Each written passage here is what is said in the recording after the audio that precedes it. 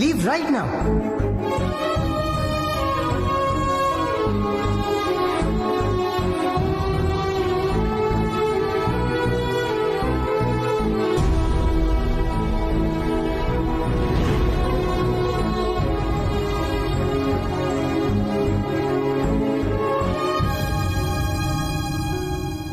Okay, decide అయిపోయావన్నమాట. నువ్వు నీ పేరెంట్స్తో మాట్లాడు. నేను నా పేరెంట్స్కి చెప్తాను ఈ పెళ్లి జరగట్లేదు.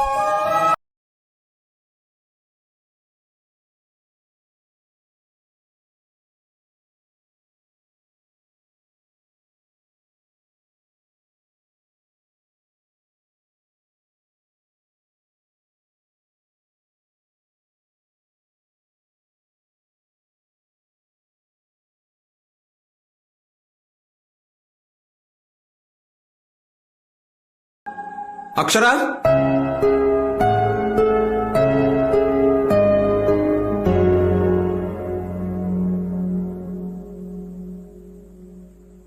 తన తప్పుకి నేను క్షమాపణ చెప్తున్నాను బాబు. అంకుల్, మీరెందుకు సారీ చెప్తున్నారు? ఇది మీ తప్పు కాదు అంకుల్, మీరు సారీ చెప్పకూడదు. మా తప్పు కాకపోవచ్చు, కానీ మా కూతురు చేసింది కదా బాబు. లేదా ఆంటీ, యాక్చువల్లీ తన మిస్టేక్ కూడా కాదు.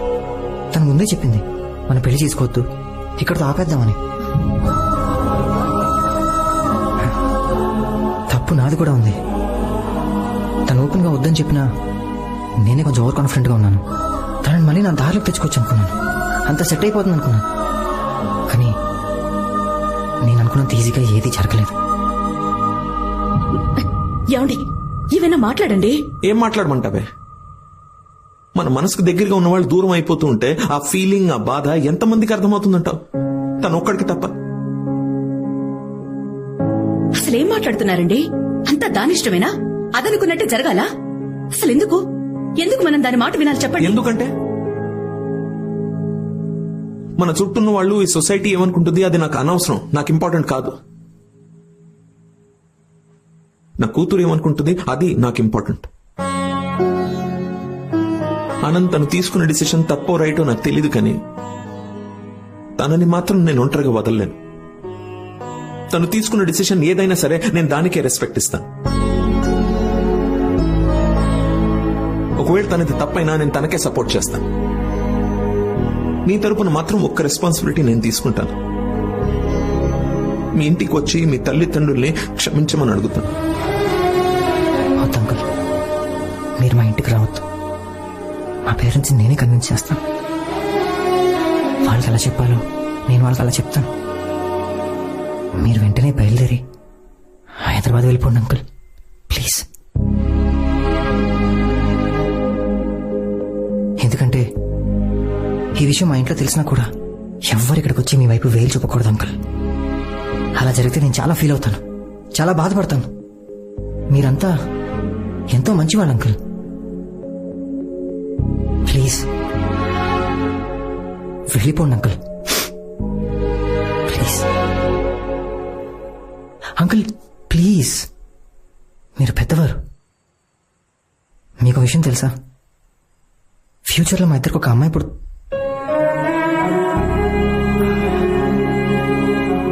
ఫ్యూచర్లో నాకు ఒక అమ్మాయి పుడితే తను ఇలాంటి డిసిషన్ తీసుకుంటే నన్ను నమ్మండి అంకుల్, నేను తనకే సపోర్ట్ చేస్తాను. మీరు చెప్పింది కరెక్ట్. పెళ్లి కంటే జీవితమే గొప్పదే. కానీ ఒక రిక్వెస్ట్ అంకుల్, నేను ఇక్కడి నుంచి వెళ్ళిన తర్వాత కూడా అక్షరాన్ని ఏం అనకండి ప్లీజ్ అంకుల్.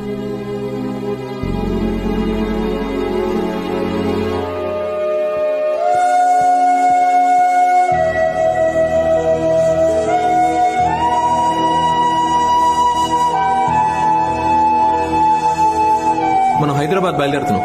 అని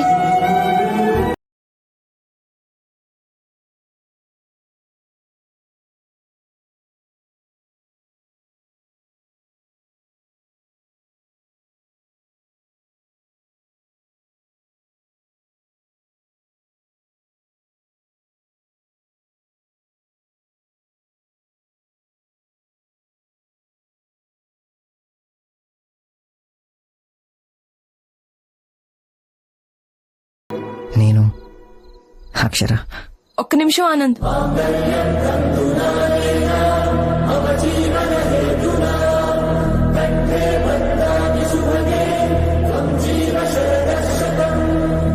అక్షర, నువ్వెందుకు వచ్చావు? ఒక్క నిమిషం నేను మాట్లాడచ్చా? నా మాట విను, ఇక్కడి నుంచి వెళ్ళిపో. ఒక్క నిమిషం ఆనంద్.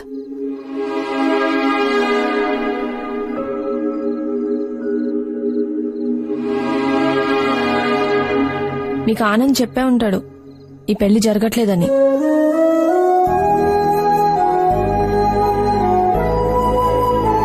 మేము హైదరాబాద్ బయలుదేరే ముందు మీ అందరితో మాట్లాడాలనిపించింది. నాకు సరిగ్గా గుర్తులేదు మా ఎంగేజ్మెంట్ కి ముందో తర్వాతో. నేను ప్రేమించిన ఆనంద్ ఇతను కాదేమో అనిపించింది.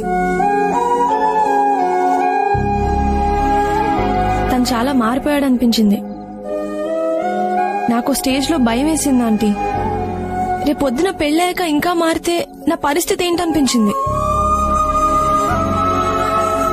అందుకే ఈ పెళ్లి నుంచి విత్డ్రా అయిపోవాలనుకున్నాను. అయిపోయాను. ఎందుకంటే మనకి లైఫ్ లో జరిగిన ఎక్స్పీరియన్సెస్ వల్ల మనం చాలా జాగ్రత్తగా ఉండాలనుకుంటాం. అలాంటప్పుడే మన కన్ఫ్యూజన్ మొదలవుతుంది. ఆ కన్ఫ్యూజన్ నుంచి ఇన్సెక్యూరిటీ మొదలవుతుంది.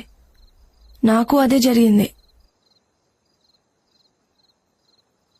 బామ్మా, నీకు తెలుసా నీ మనోడు ఒక హోప్లెస్ ఫెలో. వాడు టూ మచ్. తను పెద్ద హీరో అనుకుంటాడు. తను తప్పు చేసిన వాళ్ళకు కూడా ఇంకో ఛాన్స్ ఇద్దాం అంటాడు. అవతలి వాళ్ళు తమది తప్పు అని తెలుసుకునేంత వరకు కూల్ గా కామ్ గా వెయిట్ చేస్తాడు. నాలాంటి ఇండెసిసివ్ కన్ఫ్యూజ్డ్ అమ్మాయి కూడా ఛాన్స్ ఇచ్చాడు. చాలా పేషెంట్ గా వెయిట్ చేశాడు. ఆ టైంలో నేనేం చేశాను తెలుసా? ఆనంద్ చేసిన తప్పుల గురించి ఆలోచించాను. కానీ తను నా గురించి, నా ఫ్యామిలీ గురించి, మాకు పుట్టబోయే పిల్లల గురించి ఆలోచించాడు. తనంత పాజిటివ్. నిన్న ఆనంద్ నాతో ఒక మాట అన్నాడు, ఒక్కసారి నా పొజిషన్ లో ఉండి ఆలోచించు అక్షర అని. ఆలోచించాను. ఒక్క నిమిషం కూడా ఉండలేకపోయాను. నా మీద నాకే కోపం వచ్చింది. ఒక తండ్రిగా కూతురికి సపోర్ట్ చెయ్యొచ్చు, అందులో న్యాయం ఉంది. కానీ తనెందుకు నాకు సపోర్ట్ చేశాడు? ఎందుకు నాకు ఛాన్సుల మీద ఛాన్సులు ఇచ్చాడు? నేనెంత టార్చర్ పెట్టినా ఎందుకు పేషెంట్ గా భరించాడు? ఆఖరికి నిన్న నా తప్పని తెలిసినా కూడా మా నాన్న దగ్గర నన్నెందుకు సపోర్ట్ చేశాడు?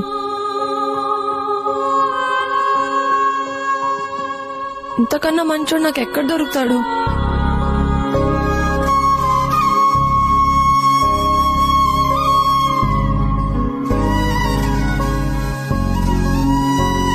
నేనేదన్నా తప్పు చేసినా సగంలో వదిలేసి వెళ్ళిపో.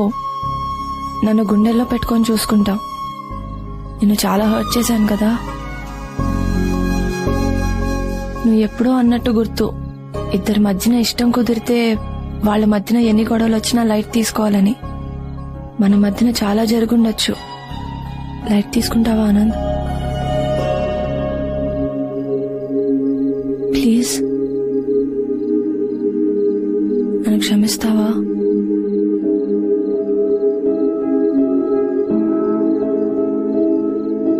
నేను నీ అంత గొప్ప రైటర్ని కాదు, కానీ నాకు తోచింది చెప్తాను.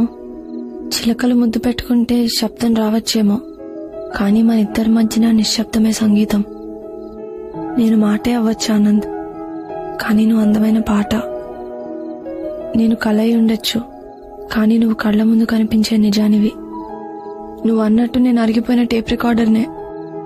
ఎప్పుడు I love you, I love you, I love you అంటూ ఉంటాను.